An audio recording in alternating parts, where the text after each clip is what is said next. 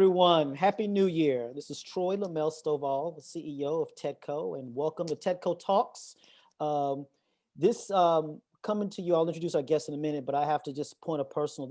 We're taping this week, a few days after the challenges that happened this past week in Washington and the Capitol. And I don't think we're going to focus on that today, but I think it's just an important reminder that, this forum that we're using here with TEDCO Talks is so that we can have diverse views and we can have a conversation. And that should be part of what we have a national dialogue around, and allowing us all to have different points of view actually is part of what a great democracy should and can be. And so I just want to say that and that we all find a moment to kind of heal and listen to one another, and truly listen to one another, and spend time listening to somebody that may have a very different point of view than you might have. And then also to reciprocate that and being able to someone and have a chance to have a cup of coffee, even in this COVID era, or a Zoom call with someone that may have a different point of view than you do. Because I think that's a far better way for us to find a way to address these things. And, as I do that, and I introduce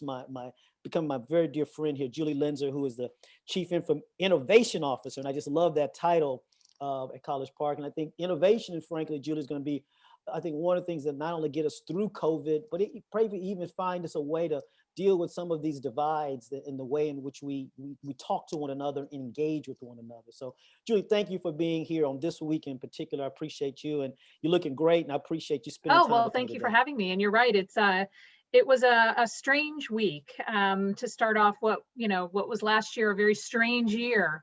But, I always tend to look at the glass half full, and I'm hopeful that the horrible things that happened this week will lead to, as you said, some great dialogue and healing and moving forward together as a country. Absolutely. So let's have a little fun. Why don't you tell folks just a little bit about Julie, a little bit of Julie's journey and how Julie got to be and what the heck is an innovation officer?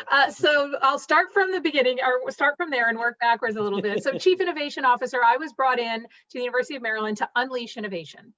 And so that's really what my job is. It is to help remove the barriers, to provide the support, connect the ecosystem, provide the resources to all of our entrepreneurs so that every good idea or every idea has an opportunity to succeed. And that's really what we're focused on.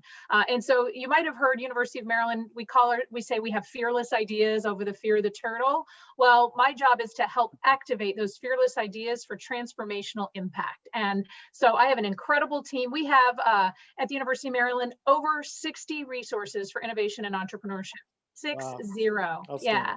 And so part of my job is kind of connecting them all together, to amplifying the great work that has been done for years there through the great programs like the Dingman Center, MTech, the Academy for Innovation and Entrepreneurship, the Small Business Development Center, and to really help get their impact collectively out and raise the boat for all. So that's been a great honor and a pleasure to be doing that. Prior to that, I'm a recovering entrepreneur.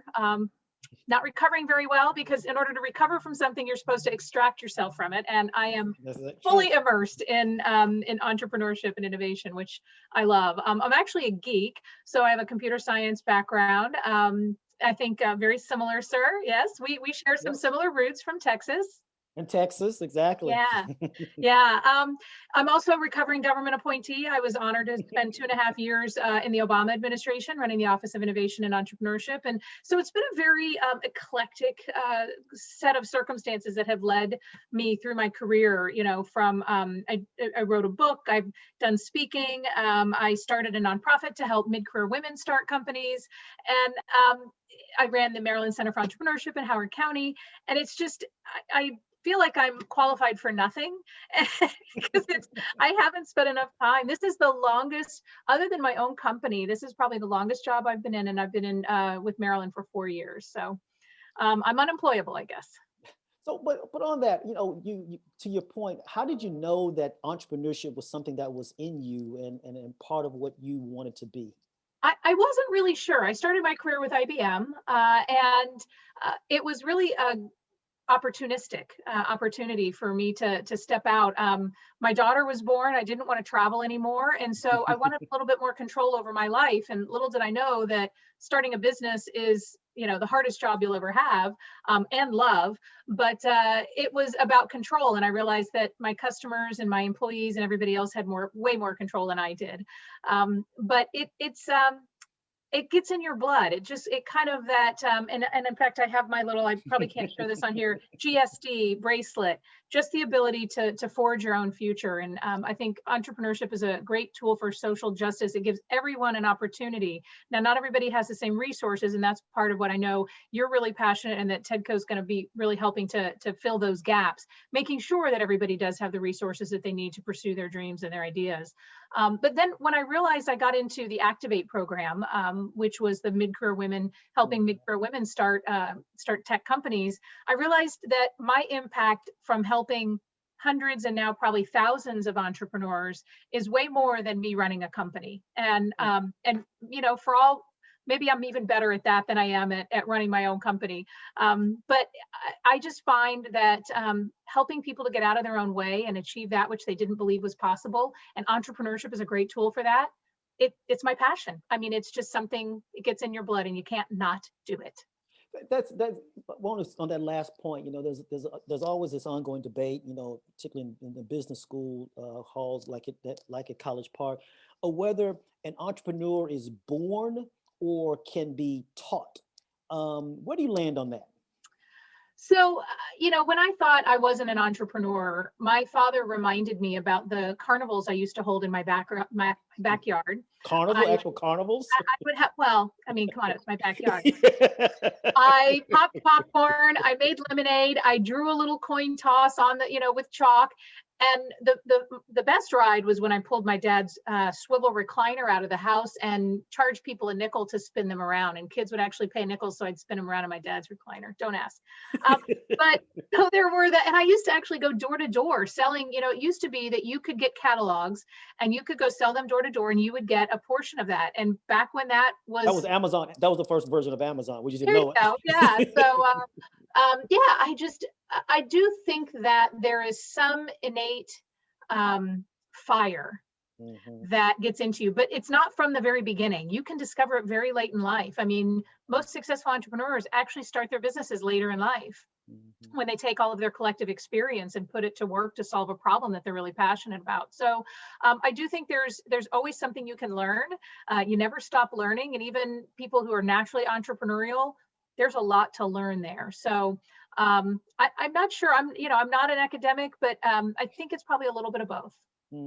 You mentioned when you were describing the other thing that caught my ear, and I noted you talking about the role that, if I want to say this right, that entrepreneur can be about social justice. Can you go on that a little bit? I'd love to hear more about where you're going with that. Sure. I think it's an opportunity to forge your own path, to build your own success, and to take control of your future by starting a job. Now, the access to resources can be a challenge if you're not in that, if you don't have those networks and you don't have that. But, a lot of entrepreneurs, you look at folks that have done that, and they have picked themselves up out of poverty and out of really bad situations by forging their own path and by becoming entrepreneurs. And part of it is just getting out there and being persistent and connecting with people. One of the things that I tell entrepreneurs is, don't hesitate to reach out to somebody and ask for them to mentor you or ask for their advice. Especially entrepreneurs, they're very generous with their advice. They love to pay it forward. And so you might not have gone to Harvard Business School and have, access to this network of people, but once you start getting out there and sometimes just sending cold calls. Walking up to somebody at a conference and saying, I was really intrigued by what you said. Here's my idea. Can you spare 5 minutes and listen to it?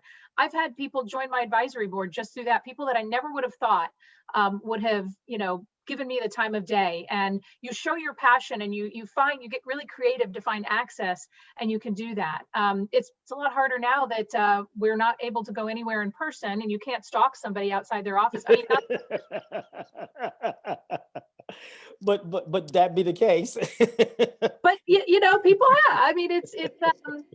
And I don't mean to downplay the ability to get access to some of those resources, because it is really important. And that's something that, I've worked with women entrepreneurs in addition to being one, through most of my career. I used to run the DC chapter of the Women Presidents Organization, and was on the certification committee for the We Bank, which certifies women-owned businesses. And Mhm. so it's always been a point of mine, I recognize that we're missing so many good ideas and so much potential in our economy, that our nation depends on our ability to activate the ideas of all of our citizens, not just those who, went to elite schools or got born into the right family. So Yeah, I that's love always that. been, yeah, an undercurrent of passion of mine. No, I love that. And speaking about this, look, a woman entrepreneurs, I mean, you know the data as well as I do, the lack of, particularly at that early stage venture capital seed, the lack of money that goes to women, goes to blacks, goes Yep. to any people of color is just appalling. Speak to, because I think people hearing, they're seeing Julie and they're seeing, wow, how can I be like that? And how does she get access to those resources? And when I see the numbers and the numbers don't Yeah. tell the story of what Julie's saying. They don't at all. It's horrible. And so, one of the ways that I've been doing that, in addition to kind of through my career trying to lift other women up, is I'm, angel investing. So I put my money where my mouth is. Investing in women-run companies is something that I've done. I'm not Bezos. I can't, put billions of dollars into these companies, but every little bit. And so I encourage, women who, to invest, and people of color to help others, right? There's folks that have been very successful, and you need to pay it forward and help to bring them up. And so that's really what I've tried to focus on, is how can I be the change I want to see in the world? How can I help elevate women? How can I mentor? Love it. I've been on the board of the Girl Scouts now for, 8 years, I think. And part of that is helping these girls to come up with the right skills, and, the STEM skills, the entrepreneurship skills, and the belief in themselves, and the leadership skills that they need to be successful. And that last part again, that belief in yourself, because the world is, can make you feel, I feel myself growing up, you're the black kid who maybe a little smart, you get the names called at you, you get talked about. And so that sense of self-worth doesn't get built, when you're younger. And so being able to your point, have someone, I think one of the key things I'm taking away, many key things, is people view entrepreneurship, I think, as a kind of a solo enterprise, but you're really saying it's a village. You've got to build a But village around yourself for that, both that encouragement as well as resource acquisition. Absolutely. Yeah. It's entrepreneurs generally, not all of them, but that tend to be very social. And as far as like needing each other and the peer support, that was one of the things that Women Presidents Organization that we did, is we had a peer advisory committee. And so, and then that's where, we were talking about seeing people like yourself, so that they believe that they can do it, and having confidence. I mean, talk about my nickname in high school was Dexter. Um, like, that's a name you want. Yeah, yeah. Because, from my little group, I did well, and I did fairly well in school, but it was all relative because I kind of hung out with some, party girls. So, but, And they're, but I had, and they're watching this now, you know that, right? don't rat me out.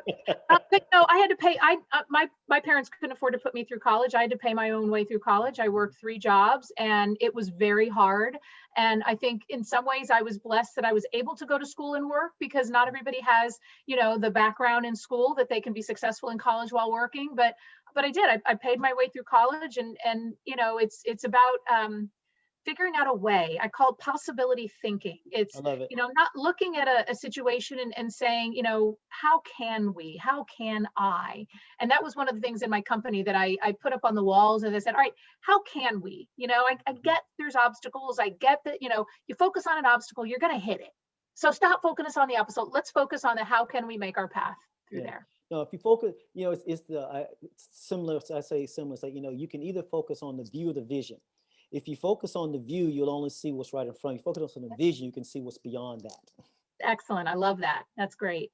So let's, we started this, not just talking about Wednesday, but the 2020, and 2020 brought us COVID, and brought us a lot of other stuff, but at the end of the day, it brought us COVID.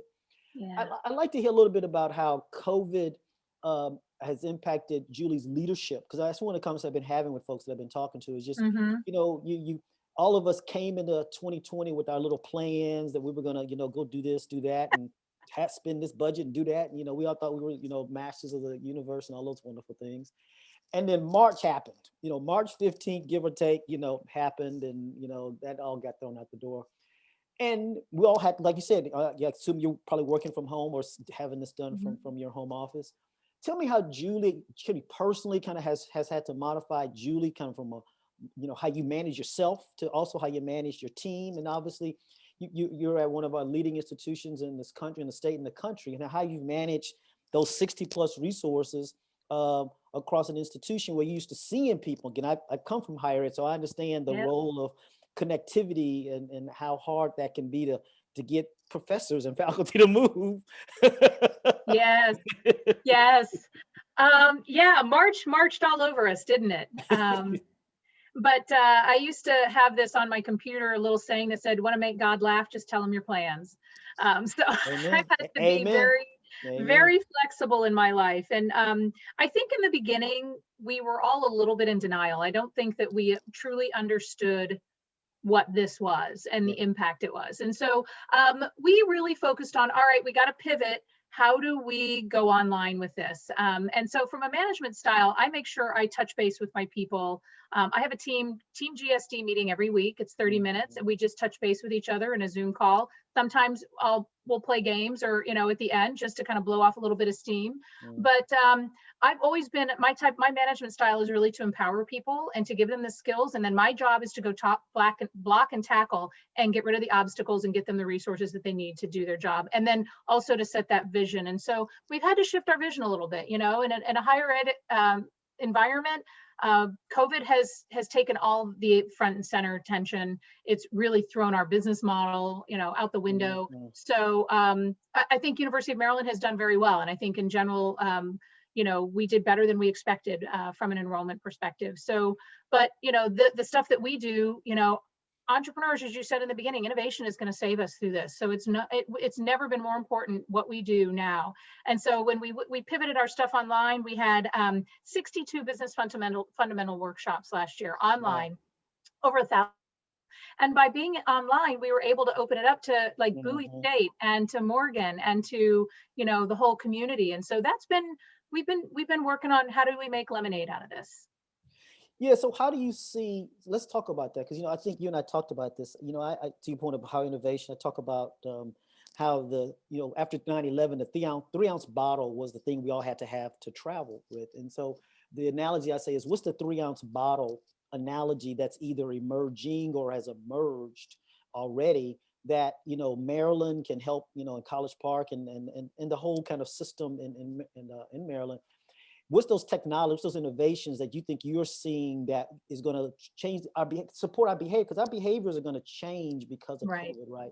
Getting the vaccine, again, I'll let our folks, at the Maryland, Baltimore, and Hopkins, tell us about the vaccines. Right. Our behaviors are going to change because of COVID. And absolutely. So how is technology and innovation going to help us in supporting those behaviors? Well, I think, first of all, Maryland Clear Mask, that company is a great success story of something that was created for a different purpose. They were able to pivot and, doing really well.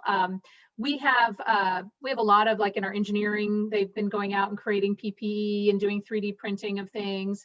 The apps, I think the applications, especially around digital health, are really taking off, and that's exciting because I think we're in a great spot for that.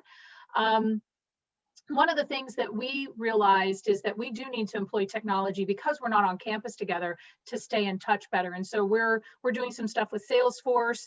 We just put in a grant proposal to all get on the same mentorship platform and to really work with our alumni and to figure out ways to do this remote digital engagement in a way that's mutually beneficial to both like mentors, our alumni, to bring them in as mentors, and to the entrepreneurs that we have. So my background in technology makes it easier for me to envision how we might be able to leverage this stuff. But, supply chain is going to change. There's just, I don't think there's anything that's not been disrupted over the last year. But that's a good thing. That's where innovation comes from, right? It does. And then behaviors have to catch up sometimes to that. And then obviously laws even behind that. Right. I'd be remiss, this is TEDCO Talks, and so we should talk about the relationship between us and TEDCO. So talk to me about, how you see what you guys do there at Maryland College Park and your office specifically in TEDCO. Oh, well, I mean, first of all, even before I came to Maryland, I've been, long relationship with TEDCO, huge fan. It's exactly the type of organization that our state needs, and very excited to have you at the helm, and excited to see what 2021 is going to bring.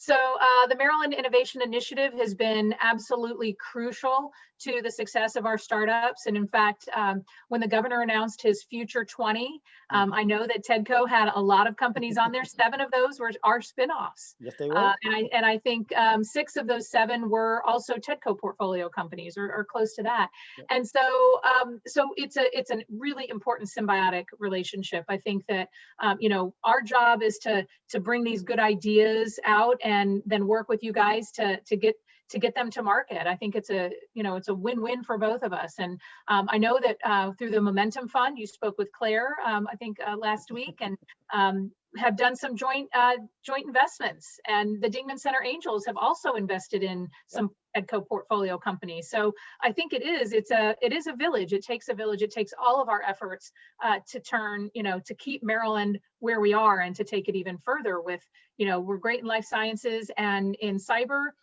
Quantum is coming down the pipe, yes. Right? So our job is to feed, quantum can be for us what Silicon was for San Jose. And that's something that we could not do without a partner like TEDCO. Yeah, well, thank you for that. And I say, what I've been saying is that I view quantum as almost a horizontal technology that can support cyber and life sciences and agri. Actually, I'm talking to your other colleagues about agri and aquatech and things around clean in particular. And those things get accelerated, right? Because of this quantum capacity that we have. I'm like you, an old computer scientist. I tell the story, Julie, of I did a little work. I grew up in Houston, so I did a little work at the NASA Johnson Space Center, and the old mainframes. They had old mainframe computers, the batch cards, and all that stuff. And to me, it's interesting evolution of technology. We're not going back to that, but we are going back to these huge, computing environments. We call them the cloud now. Huge computing environments where you're basically leasing time from them, very much like we had in the old batching environment. It all comes back around, doesn't it? Yeah. The other day, I found out that a data lake is really just a glorified and protected file system. It's got a better interface. No, you sound like me when they talk about, big data. I said, we couldn't have gotten anybody to the moon without some big data. I'm not. Well, and that's why I'm almost halfway through my master's in machine learning. It was one of those things that, computer science background, but machine learning AI is everywhere. And exactly. I really wanted to understand and make sure my goal with that was to make sure that we're getting these machine learning algorithms trained so that we're not reproducing the biases and the mistakes that we've made in the past, and that we've got better and more inclusive and diverse data going into these learning algorithms. We could spend a whole chat on that. Absolutely. But let's kind of on that. Talk to me about how you're thinking about there at College Park. How do you have more diversity and inclusion? I think you and I talked about, one of the things we're trying to do at TEDCO is not so much talk about wealth creation, but wealth inclusion and wealth expansion. How do we find ways to make sure that not just that we talk about the founders of diversity, but those early, employees 3, 4, 5, 6, 7, pick a number. Those individuals, are diverse. So, and if it's, and we make sure that we introduce like you just talked about, the folks from College Park get introduced to the folks at Frostburg and at Bowie, and the folks from Hopkins meet the folks from Salisbury. There's an intentional collision that we need to be more about. What are things? How are you guys thinking about that? Yeah, so we have the largest computer science program in the country, 4,000 students, and I believe it's about 30% diverse, and our engineering school as well. So it's something that with Dr. Pines, who is the first Black president of the University of Maryland, who is former Dean of Engineering. This is something he is very focused on, and was as the Dean of Engineering in how do we drive more diversity in STEM. One of the things that we're doing through the Maryland Quantum Alliance is looking at using quantum as a way to diversify our pipeline of STEM. And so we're working with Howard University and Morgan to see how we can drive more of that early stage talent, women, people of color, underrepresented in technology. And so it's just about being intentional. It's really about being intentional, not assuming it's going to take care of itself, making sure we have people in leadership positions that represent our demographics, right? So people want to see people in positions of authority like President Pines, who have worked hard and achieved that and can say, you can do this too, and so it's about role modeling, it's about being intentional. Dr. Pines and I came up together through the National Society of Black Engineers, NSBE, and we're in a little orbit of folks who there's a number of them who've moved on to become presidents or chancellors of some great institutions, and so it's great to see. And the other thing I'll say, you kind of said, is that we have to hold ourselves accountable. We have to be transparent and accountable. And we talked about this at TEDCO. We have to know that we do have biases, and we have to just be honest about where we are, put that out there, and then do better. Just do better. Just do better. Yeah, but tracking it too. You get what you measure. There you go. So making sure you're looking at it. So I want to have a little fun, if I can, with Julie. And so just ask just a couple of things so the folks get to know you just a little bit better. Okay. So first question is, what's an activity that you kind of gravitated to during this COVID lockdown that's kind of been your go-to when you're bored out of your freaking mind? Besides my master's program? I mean, I started programming again, for goodness sakes. Oh, really? Yeah, I'm learning Python. I've been programming in Python, and that's good. So I would say I was looking to stimulate a part of my brain that I hadn't used in a long time. That's good. I like that. Favorite movie? Oh goodness, Contact with Jodie Foster. Jodie Foster. One of my favorite. Yep, it's about possibilities. Possibility it is. TV show? I don't watch a lot of TV. Okay. Honestly, I've been watching Cobra Kai on Netflix, which is the old, I don't know if you've seen the old Karate Kid. My wife she's been trying to get me to watch that thing. She says it is good. She keeps telling me it's good. It's all the same characters from the Karate Kid movies, which I grew up with. Yeah, so that's been kind of fun. It's getting a little violent, which I'm not, I'm a little sensitive. I don't like watching that stuff. I like the serendipity of cable TV because I don't always know what I want to watch. So I'll flip on and I'll see, I'll find something that I wouldn't have known I wanted to watch, and you get stuck. But I did see a great documentary the other day that I highly recommend, My Octopus Teacher. Oh, yeah. So I'm a scuba diver, and this is fascinating. It's a fascinating documentary on Netflix. Favorite dish you either like to cook or want to have served to you? So I love breakfast. I love breakfast burritos. I love breakfast casseroles. I love huevos rancheros and migas and chilaquiles, all like the Mexicans. Well, probably Tex-Mex. Let's be honest. Yeah, breakfast is one of my, my kids, in fact, I used to feed my kids breakfast for dinner so often. The one time we went to Bob Evans for breakfast, they said, "Mom, this is dinner food." Oh God, that's pretty good. That's good. All right, my last one. Favorite board game? Favorite board game? My family and we played a lot of Rumacube and dominoes, but I just discovered a game. My daughter gave it to me for Christmas called Catan.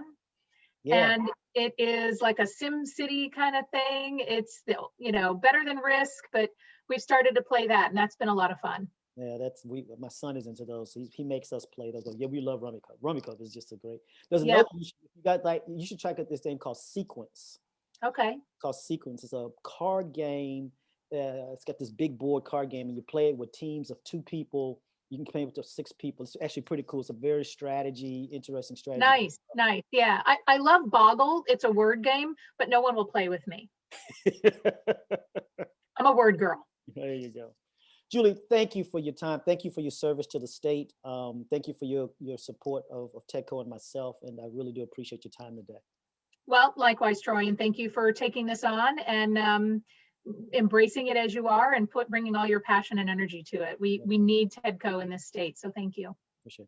So again, this is Troy Stovall with TEDCO signing off for another TEDCO Talks. Everybody, please be safe, and we'll talk to you next week. Thanks again, Julie. Thanks.